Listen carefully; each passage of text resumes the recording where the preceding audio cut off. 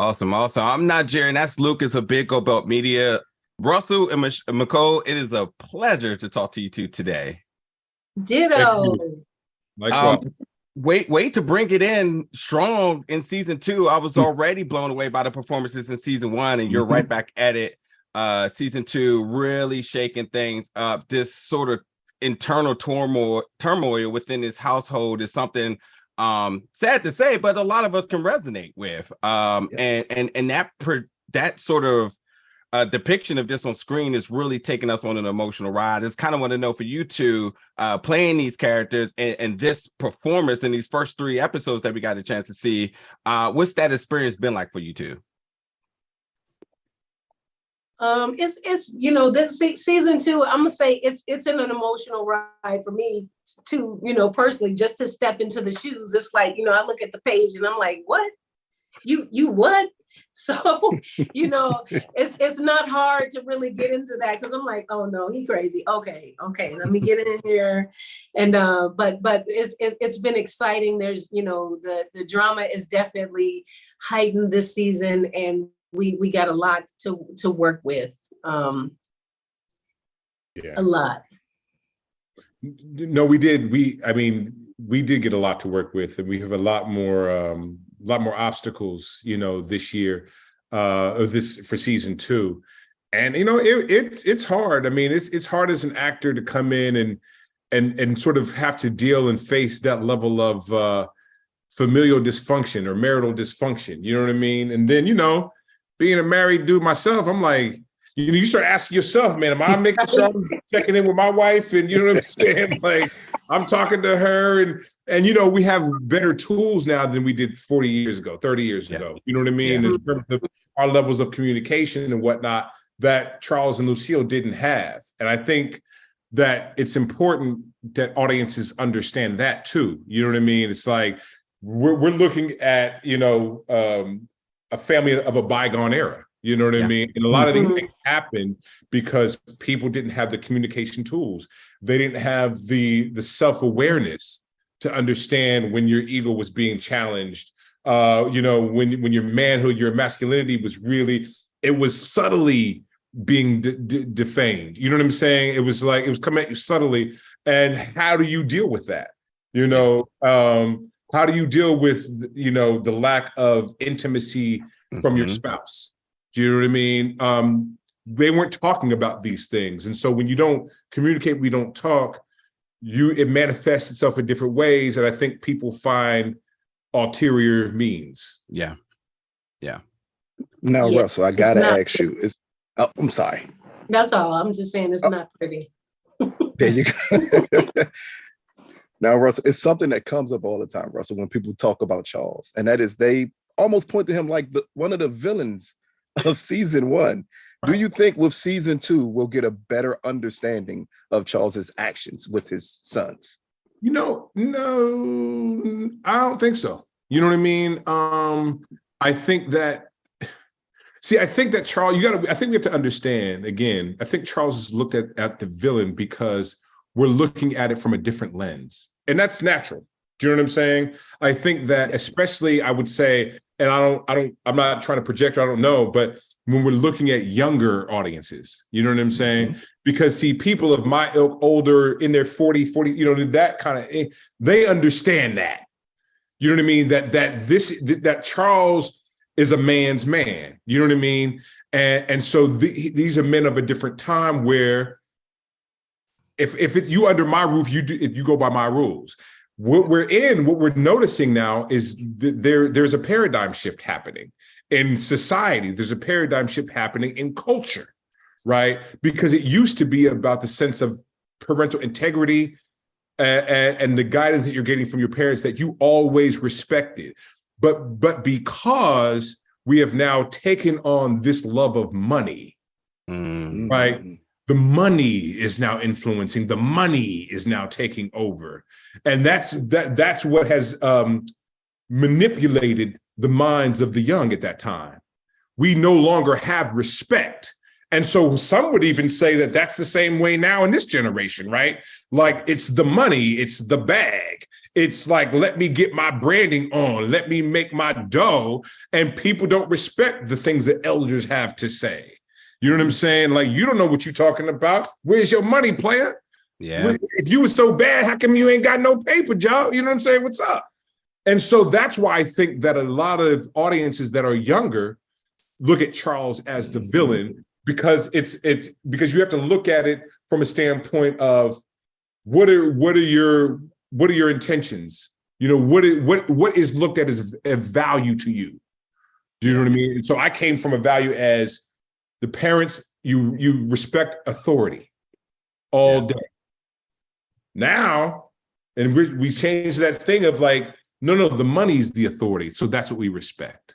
Nothing but truth there.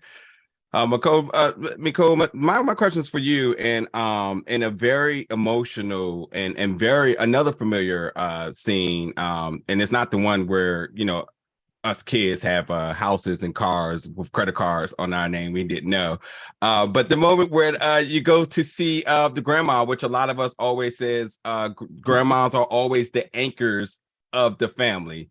And this was a moment where we see Lucille soul searching, completely vulnerable, laying it all out, looking for answers. Could you talk about the filming of this moment and sharing the screen here and really having the audience connect with this moment, with everything that she's been through? It's all bubbling up and now it's all being released. Could you talk to us about this moment?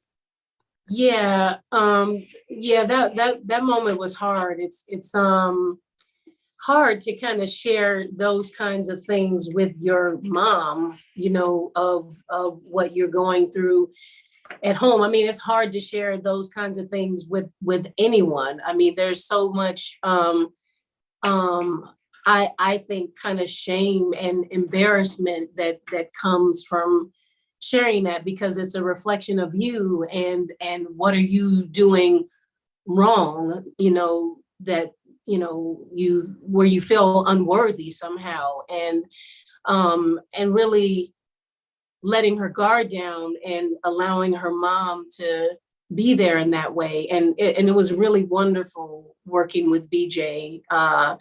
We had a really beautiful connection, and I really look forward to her coming back on the show. And but yeah, that was a lot to kind of go to that place, and you know, just that whole journey. It's really, I think there's a lot of shame and embarrassment, I think, that comes with that.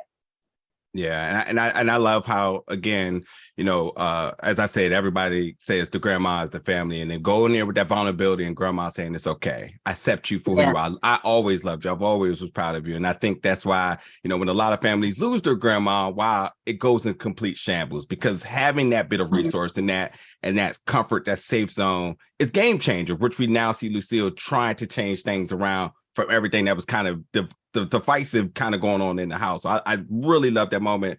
An amazing performance by the two of you. But yeah, the Sears credit card, you know, it's okay. We've all been there. Now, Russell, I got to ask you about, it's a certain quiet intensity that we get from Charles whenever he deals with his sons. Mm-hmm. Myself being a man of a certain age group that you said that I tend not to say to our audience too often, I understand what it means to have teenagers and have to be that forceful presence. Where are you pulling that performance from? Is it something personal? Is it something you remember from your childhood, or is just you diving into the role? It's all of those. You know, I came from a time, I say this all the time, but it's when boats were made of wood and men were made of steel. When man didn't take no shit. You know what I mean?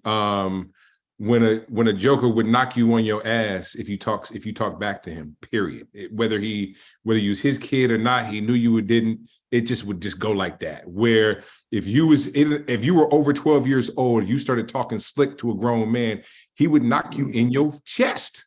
I mean, it happened. I seen it happen, and it happened to me. You know what I mean? And I remember those men. And those men were impactful. They were influential. They were present in the world. Do you understand what I'm saying? Like, it wasn't about they were present in the world and society and everything like that. And you had to acknowledge them, if that makes any sense. You know what I mean? And so those men left a deep imprimatur on me in my spirit. And I think that I've always said this, I wanted to honor them. That's who Charles was. But I also wanted to honor those men and let audiences know that these men still exist today. And this is where we come from. Do you know what I mean? Like, these men exist today, but these are the men that are here today came from the Charleses and whatnot. The men who got up and went to work every day and worked with their hands and made shit happen. Do you know what I mean? I think that that's important. And it's just, and also, you know, me and Michole, we come from August Wilson too. So we were born and raised on the work of August Wilson that dealt with the everyday hero, you know what I mean, of the 20th century. You know, they were supermen in their communities because they made a way out of no way. So these are the men that I'm emulating. And also the men that played those roles. Those men had a deep, you know, impression on me. So, you know, it's all of the above. And I think that it's my job to honor what's on the page, but also honor those that are amongst us in our society and in our community. Absolutely. Look, it's been a pleasure to talk to you too. Again, we checked out the first 3 episodes, amazing performances, just picking up right where y'all left off from season 1. And come January, since I can't wait for the rest of the world to check it out. Right on. Thank you. Appreciate it. So Thank y'all so much. Thank you. Absolutely. Y'all take care. You too.